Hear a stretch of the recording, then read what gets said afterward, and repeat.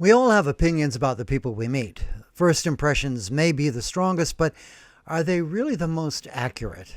Hi, this is Mike Champagne, and welcome to Story Break. Today's story is called I Got You, and it explores the assumptions we make about the people that we meet, and the way time and familiarity can change the way we think about them. If you're just joining us, Story Break was created to give you a chance to relax for a few minutes and just listen to a story. Every 3 weeks, we release another new story to give you a chance to relax from what I'm sure is a very busy day and to find your balance. I hope you enjoy today's story. I Got You. I'm running a little late. Would you mind? Olivia Roach clutched her few groceries in her arms as she walked up behind the man in the register line. He had unloaded a large order on the conveyor, ready for the cashier to check, but the girl had not yet begun. Yeah, me too. The man spoke over her shoulder, not really looking at her. I only have a few items, and the girl hasn't started. She is now. The man still did not look back and nodded to the girl to begin checking out the order. Well, so much for chivalry, Olivia blurted out in frustration. Hell of a day for women's lib, the man shot back. In silent anger, Olivia Roach studied the man and still did not look at her. He was a man in his 50s, she guessed. Burly but not obese, roughly dressed. His hands were callous and strong, a workman's hands. She held back saying anything, seething all the while. She waited a safe interval before she put her few things on the belt and busied herself with arranging them neatly. The man glanced back at her furtively. It seemed to her that the man took extra time to bag his groceries and pay, while her anxiety built. 20 minutes to conferences. Parents often came early and she had to be at her desk on time. Luckily, the school was only a few minutes away. She quickly bagged her small cachet of goods, paid the girl, and trotted out to the lot to her car. Starting the car, she glanced over her shoulder, and she quickly pulled the vehicle back, just as a pickup truck in the row behind her moved backwards as well. There was a withering crunch of metal as both vehicles came to a jolting halt. Oh, no, she cried, as she realized what had happened. She quickly opened her door and turned to the back of her vehicle to find a serious dent to the rear side, with the back of the pickup truck pulling ahead slightly to disengage. A man jumped out of the cab and strode to the back of the truck. It was her grocery line opponent. You! Looks like you got the worst of it. The man surveyed his truck. Though it was difficult to tell, there didn't seem to be any damage to it. I have to go. Teacher-parent conferences. She reached into her purse on the front seat of her car and gave the man a card. Please, move so I can leave, and you can call me in the morning to exchange insurance. Yeah, but I can't be late. With that, Olivia Roach jumped back into her car, and the man pulled the truck ahead to clear the way, and she sped off in her deeply scarred vehicle to the high school. The conferences went off as usual. She had arrived only a few minutes ahead, but in time to fend off anxious parents, either convinced of their child's utter failure or their blooming genius. It was always the same. She arrived home exhausted and collapsed into sleep. It was Saturday, and she sat sleepily in her spotless kitchen, sipping on a cup of hot coffee. Suddenly, she heard the sound of a truck pulling into her driveway. She got up and went to the living room window in time to see the burly man from the grocery line hopping down from the truck cab and walking to her front door. She drew in a deep breath, and with it came the entire memory of the incident. She pulled her robe tightly around her neck just in time to hear the front doorbell ring. She opened the inner door to view the man through the glass of the still-locked storm door. Yes? She didn't intend to question, but she knew who he was, but she couldn't think of anything else to say. Nick Graziano. From the store? Insurance. Oh, yes, of course. She didn't want to open the storm door. He pulled a slip of paper from his shirt pocket and waved it at her. She was confused now. You gotta have this. She held her robe tightly, not knowing what to do for a minute. He didn't seem angry. Wait a minute, will you? I'll be right back. The man gave a thumbs up and seemed to settle back as Olivia closed the inner door. She dashed to her bedroom to throw on some jeans and a lounging shirt. She quickly brushed back her hair and went to the front door, first grabbing a pencil and paper. She opened the inner door and scribbled out her insurance provider tentatively. She unlatched the storm door and pushed the slip of paper through the tiny opening. Here! The paper floated to the landing. The man settled back on his heels for a minute in exasperation and picked up the slip. Look, Miss Roach, I ain't gonna do nothing. You can open the door. I'm sorry. I didn't know you was a teacher. I was a real bastard at the market. I was having a crappy day and you got the tail end of it, okay? I don't need your insurance. Nothing happened to the truck. But you need mine. The man's softening look took her by surprise. His entire demeanor seemed to change. His dark brown eyes were warm in a face that reminded her of a bulldog. His voice betrayed his insecurity. Let me give you this. She hesitated for a minute and then decided. She unlatched the storm door and opened it. Please, come in. Nick Graziano stepped into the entryway but stayed on the tile threshold. I don't want to get your house dirty. I should have let you go ahead of me. A teacher. You do important stuff. I'm just a working guy. He handed her his information and looked down at the floor for a minute, trying to compose what he was going to say. Look, I didn't get no damage. That truck of mine's like a tank. You got a pretty big crease in that left rear fender and the door. That's going to cost. Well, the insurance. Yeah, I know. The insurance will take care of it. Some of it. But you got to have a deductible or something, and insurance don't cover it all. I was noticing you need a little landscaping work done, and that's what I do. Nick Graziano. That's me. He handed her his business card. Mr. Graziano, I'm in no position to hire. No. I ain't trying to sell you nothing. You're not hiring me. I'm going to fix you up. No charge. I want to make up for the cost of the deductible, and I got to tell you, you need it. What? Olivia Roach couldn't help being somewhat suspicious. That big maple you got there, it's going to fall on your house. It's rotted at the crotch. One good storm, and it's coming down on you. That was my mother's favorite tree. She couldn't help peering out the storm door at the massive Norway maple swaying in her front yard. Yeah, sure. But that thing's coming down on you if you don't take it down. Why don't you let me do it for you as a compensation, you know? Won't cost you nothing. My front yard will be empty. Olivia almost cried at the thought of losing the tree. Yeah, I know. But your house won't get smashed. He looked at her patiently, waiting. I have to think about it. I have your information. I'll call you, Mr. Graziano. Oh, okay. I got a job one neighborhood over today. You can call that number. It's direct. Olivia Roach locked the door behind him as he left, quickly ate her breakfast so she could leave for her meeting. Saturday morning book club. She and the girls, all single women of a certain age, like herself. It was somewhere to go on a weekend. She went out to her car and saw the crushed fender and the buckled rear door. It would be expensive. And she would have to surrender her car for repairs. That meant enduring a bus ride every day that it was mended. She took a deep breath and got into her wounded vehicle and drove to her meeting. My God, what happened?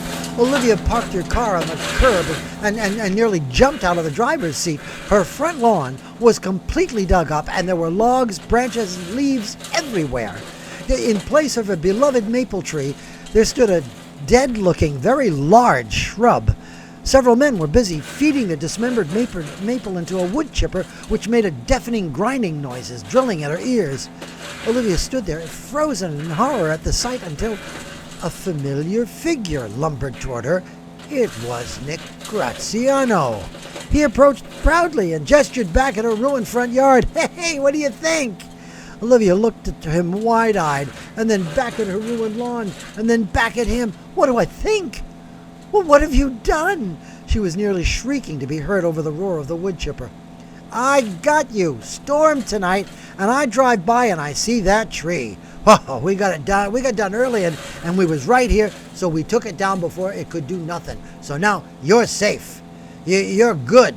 When we were working, they wanted this big crepe myrtle taken out. It's a real beauty, and I think, well, it's a shame to waste it. So I brought it here. I didn't want you to come back to no tree. Come spring, when it starts to bloom, you're really gonna love it. Love it? Love it? I don't worry. No charge. Like I said, I got you. He kept nodding and smiling like his head was on a spring. Yeah, you want to sit down or something? You look a little shaky. He extended his arm as he guided her back toward the ruined car where she slumped over the hood. I can't believe you did this. Olivia was taking in deep gulps of air to try to catch her breath. Oh, no problem. I was glad to help you out. I told you I would call you. Yeah, but it was going to come down. Might as well get it over with, Nick's voice displayed his misplaced pride. I have to go in. Yeah, sure. Don't worry about the mess. The guys will have it all cleaned up in another hour, maybe. And we'll resod the front yard for you. You won't know nothing happened, okay? You've done more than enough, Mr. Graziano. I'm going in now. Please finish all this. Go.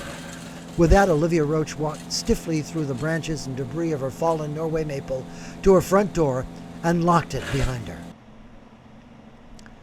8 o'clock the next morning.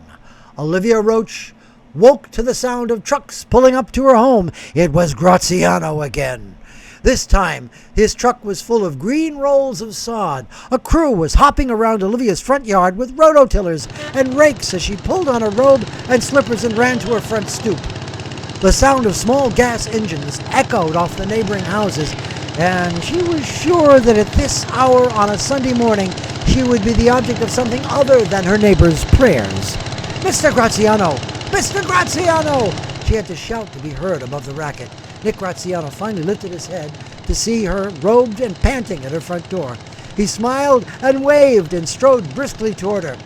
It's the best fescue you can get. You're going to love your lawn. 2-3 weeks of watering and it's going to stick like Velcro. It's Sunday morning, Mr. Graziano. It's 8 a.m. was all Olivia could manage in her shock. Oh, it's okay. Don't worry. I got you. The guys are doing me a favor. We don't usually work on Sundays, but I told them, hey, this here's an emergency. Oh, hold on a sec. I got something else for you. With that, he hopped away to his truck and came back carrying a small burlap-wrapped package, which Olivia could finally make out was some kind of a plant.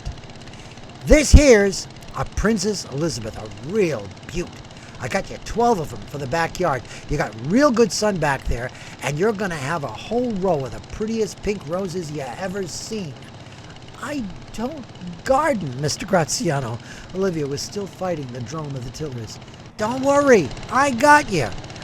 I need coffee. Olivia couldn't deal with the noise any longer.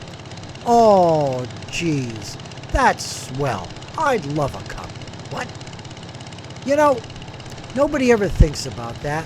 Offering me a cup of coffee or nothing. You're a real lady, you know that? He smiled at her with the trust of a cocker spaniel, and Olivia couldn't think of anything else to say except, I'll put on the pot. Great! Nick called out to his crew. Guys! Hey, guys! The lady's making coffee! I'll call you! When the tillers were finally silent, Olivia Roach found herself serving coffee by her front door, overlooking the bare brown patch of earth that had once been her lawn. Okay, guys, let's do it. The lady needs a lawn. The men carefully put their cups on the stoop and hopped to the truck, loaded with the green rolls of turf, and began to unload. Graziano turned to Olivia. We'll be out of here in 40 minutes, give or take. That would be nice. Olivia tried not to let her bewildered annoyance show. She grabbed the coffee pot to go in. Oh, here, let me help you. Nick Graziano piled the cups together roughly in one arm and opened the door for her. I can manage. No, I got you. She hesitantly went through the front door, with Graziano following behind her. Nice. Real nice. You know, people's houses don't always look like the people. But this is like you. Clean, put together, real nice. He followed her to the kitchen. She didn't quite know how to respond. What did he mean, put together? She guessed he was trying to be polite. Everything where it goes, neat. I like that, you know. My ma was like that. God rest her soul, as they say. Oh, I'm sorry. Oh, it's okay. It's been a while. You got to do life, you know. The business keeps me on my toes. I like that. I guess you've been doing this a long time. Since I was 12. 12? Olivia couldn't contain her surprise. Yeah. Pop died. Ma cleaned houses. I mowed lawns. Before I knew it, I was a business. Not right away. 16, I think. You started a business at 16? Olivia was incredulous. I looked older. With this mug, nobody asked questions. I got some guys together, so here I am. Oh! Awkwardly, he unloaded the cups to her from his arm. That's quite a story. Olivia placed the cups by the sink. Yeah, well, I better make sure they're getting it done. Thanks for the coffee. It's a real nice house. Real nice. Graziano nodded and left. In the next half hour, the trucks pulled away, leaving a newly sodded front lawn, a dormant crepe myrtle, and 12 burlap-wrapped Princess Elizabeth rose saplings lined up by her front door. In the following week, Olivia Roach took her car in for repair and caught the early bus for school each weekday. It meant leaving early and arriving home late. On returning the first day, she didn't notice that the sodded front yard was wet. But she did notice that the 12 little rose saplings were missing from around her front door. She was alarmed that someone had stolen them while she was at work. But when she happened to look out her kitchen window, she saw that the backyard had been mowed and a long bed stretched out with 12 young roses carefully planted and mulched. Graziano. He had struck again. When was this going to end? She was feeling angry and somehow grateful, all in the same breath, and the confusion of emotions was very unsettling. In fact, all through the week when she returned, she noticed that the trees around her yard had been pruned and mulched, and there were several other beds that looked like little graves awaiting residents. What was he playing at? At the end of the week, she found his card, which he had given her, and called him. Mr. Graziano, this is Olivia Roach. Oh, it's okay. I got you. I know. You said you didn't do no gardening, so when I get a minute, I stop by. It don't take no time, and I'm glad to do it. Lady like you should have a yard that matches her good nature. Well, that stopped her. She had intended to put her foot down. She was going to call off all this guerrilla landscaping, but she couldn't say that now. What was she going to say? Mr. Graziano, I appreciate your concern. I got you. You don't need to worry about nothing. Come the warm weather, you are going to have the sweetest yard in the whole neighborhood. This I promise you. You don't need to do this, Mr. Graziano. Are you kidding?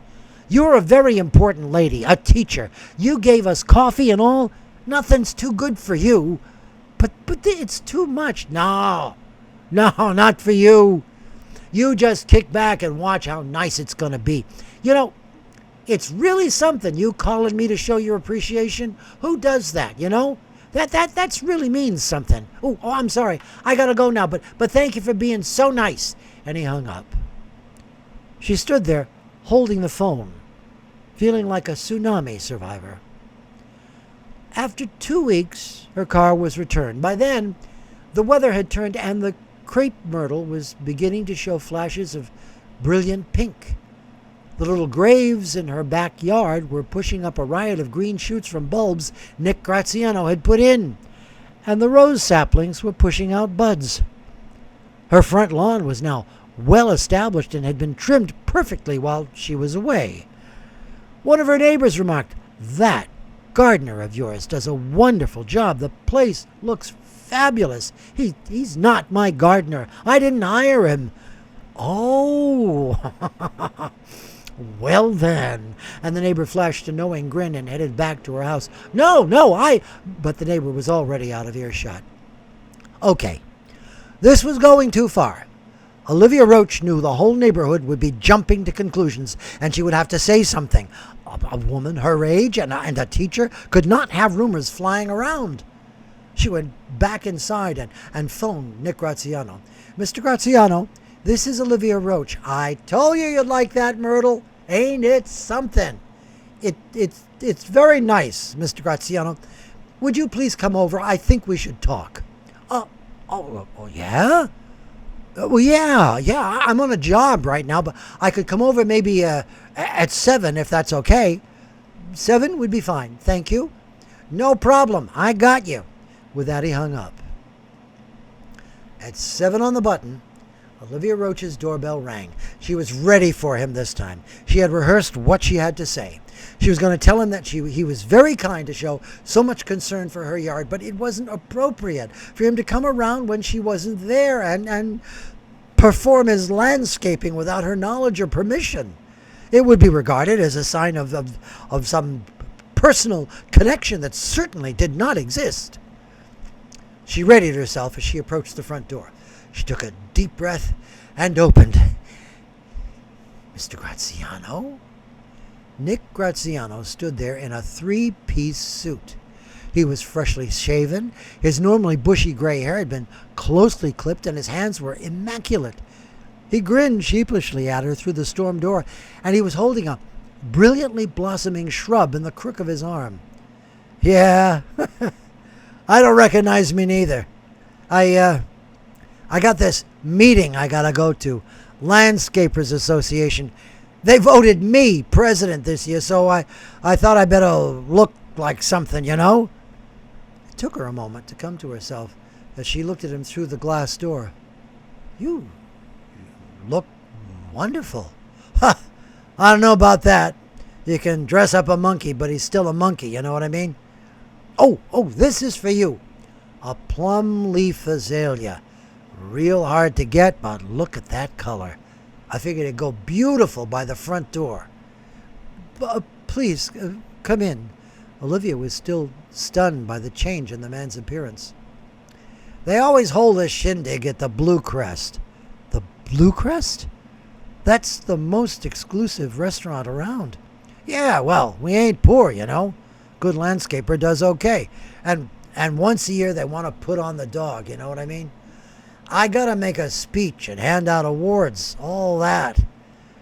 Imagine me making a speech." "You're a very good talker, Mr. Graziano." Olivia thought she might have been a little too emphatic just then. "You see, you always say such nice things. I mean, I know what I look like and how I sound. I don't have no education like you do, but you always make me feel like I'm just as good as you." "Of course you are." The man's open humility disarmed her. "No, you're a real lady. Educated, refined, beautiful. Me? I dig in the dirt. I ain't complaining, but I know who I am." "You're a talented man. You've transformed my entire yard, and you have such enthusiasm for your work." "Yeah, well, that's easy with some customers. But speaking at this thing, oh, God, makes my stomach hurt." "I'm absolutely certain that you will charm everyone. My stomach don't hear that. Geez, I wish I wasn't going. I stick out like a sore thumb. You look like an executive in that suit, and you're the most honest, straightforward person I've ever met. Really? Look. Do you think you could, go with me? He stood there looking like a cocker spaniel again. Go with you? Olivia Roach couldn't quite believe what she heard. I could do it if I know I got somebody there who thinks I'm okay. She was struggling to find her balance. It ain't a date or nothing like that. Not like that. It's just as a client. Somebody who likes my work. She steadied herself and looked at the man standing there. He was totally disarmed, completely open. No, Mr. Graziano. Okay. Yeah, I understand. I won't go as your client. I will go as your friend, and I will be very honored to do so. Yeah? Really? Give me a few minutes to change into something worthy of the man in that beautiful suit. Don't worry. I got you. We hope you enjoyed today's story, and don't worry, at Story Break, we got you. In 3 weeks, we'll be back with another story. What if you could meet your guardian angel? Think about your life, the way you live right now. What would that be like? What would you talk about? Our next story is called Dinner and Risk. Please join us then. And remember to press like and subscribe or follow us on Spotify or Apple so that you'll know when we're back again. In the meantime, stay well, do good, and I'll see you then.